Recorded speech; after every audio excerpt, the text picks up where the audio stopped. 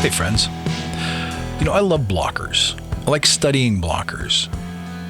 Blockers, to me, that's the marrow of what we do, because it's the blocker that challenges momentum. So I study blockers. I think you should too.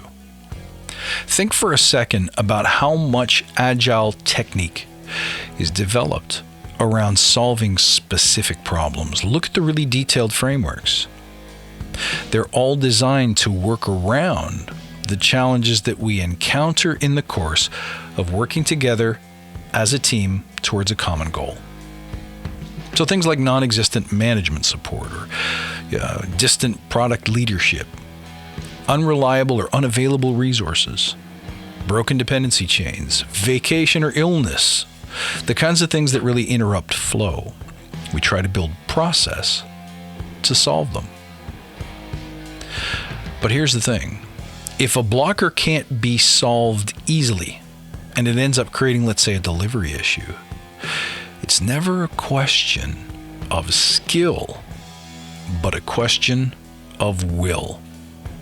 How much you know about the Scrum framework or its ceremonies ends up not mattering. What matters is your desire and your drive to press through the blocker, no matter what, to find a way or make a way.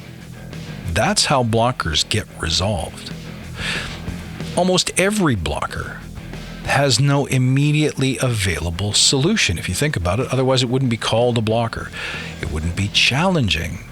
It wouldn't be hard to overcome. So in almost every case, a really good blocker that impedes flow is one without an easy solution.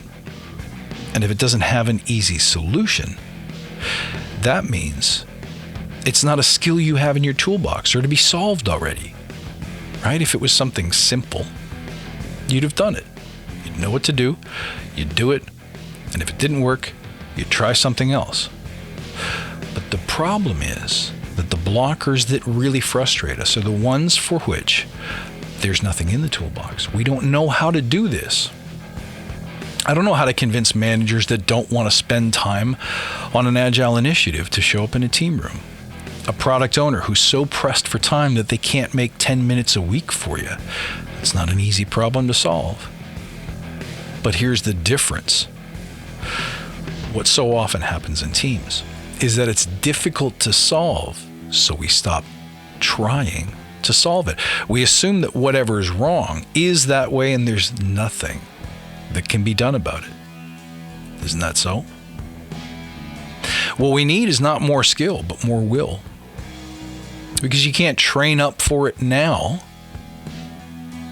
If you didn't know how to influence a manager to bring more support to the team, if you don't know how to work around someone who said they would deliver something yesterday at noon and they're not bringing it, you're going to have to experiment. You're going to have to try something you've never tried before. That requires courage, requires patience. It requires a willingness to fail. And guess what? As I always say, these are the master skills in agility. It's never about what you know. It's never about what process is documented that you can repeat. It is about your willingness to try new things. That's the only thing that can help you now. Your decision and your intention to solve a problem on behalf of your teams, even though you don't know where to start, even if you don't know if your first idea is your best idea. That's how blockers get retired. If a traditional solution isn't available, you're going to find a way or you're going to create a way. You will work around or work with the blocker.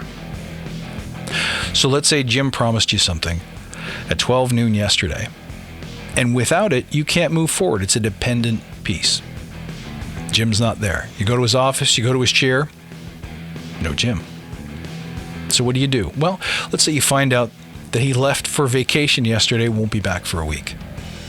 However, your sprint goal demands that you deliver whatever it was Jim was involved in by this Friday.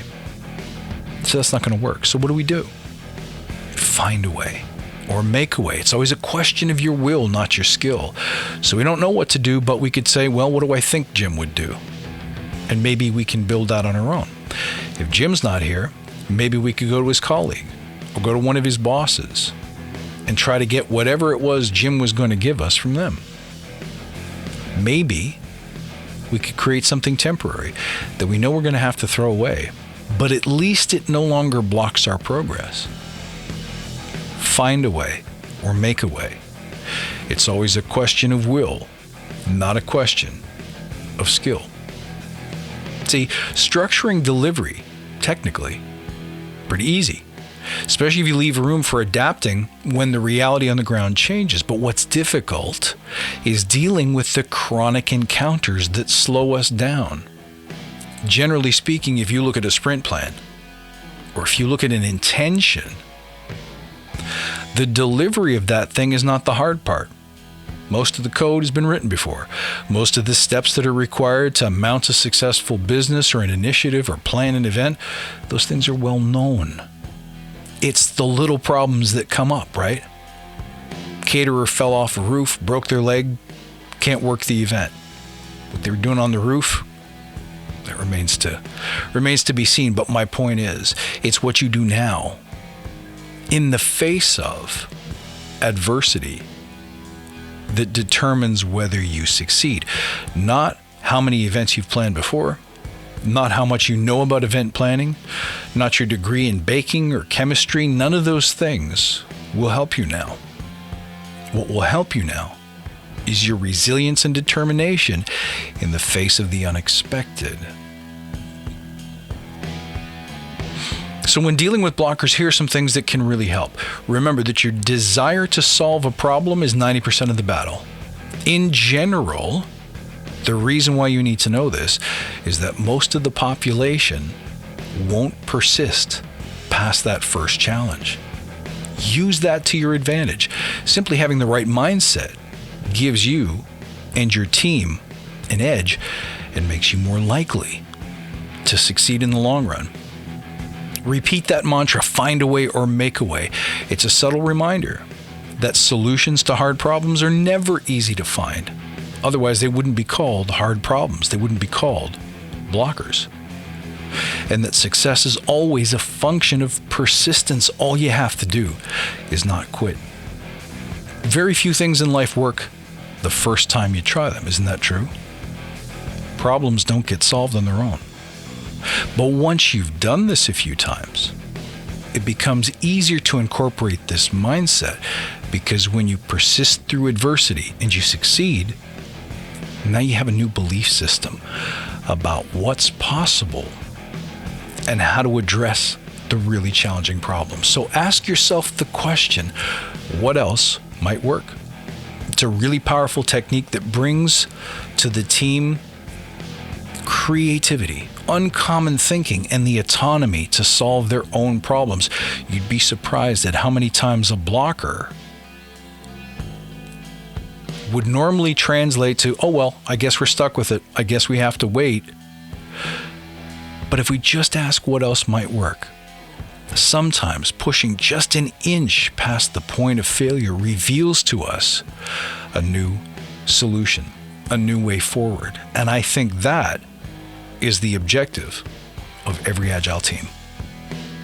My friends, thank you for joining in. You can reach me at badassagile.com. Find me on Twitter at badass_agile or on Instagram at badassagile.